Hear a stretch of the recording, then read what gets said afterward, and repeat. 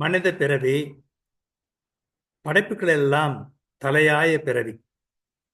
ஆகவே மிகச் சிறந்த வகையிலே மனித பிறவி வாழ வேண்டும் என்பது கண்கோடு.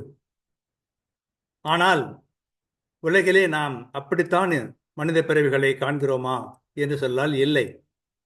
ஆகவே இந்த கண்ணாடி, தவக்கால கண்ணாடி ஒரு சில கேள்விகளை எழுப்பி அவர் தம்முடைய நிலை என்ன என்று உணர்வதற்கு உதவி செய்ய போகிறது. நீர் நேர்மையாளரா, ஊழல்வாதியா?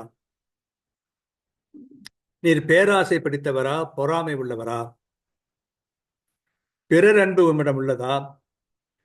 பிறருக்கு நீர் பாரமானவரா? சிந்தித்து பாரும்.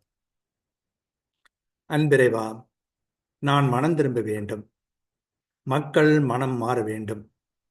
அதன் மூலம் உலகிலே தீமை மறைய வேண்டும், நன்மை நிறைய வேண்டும். ஆமென்.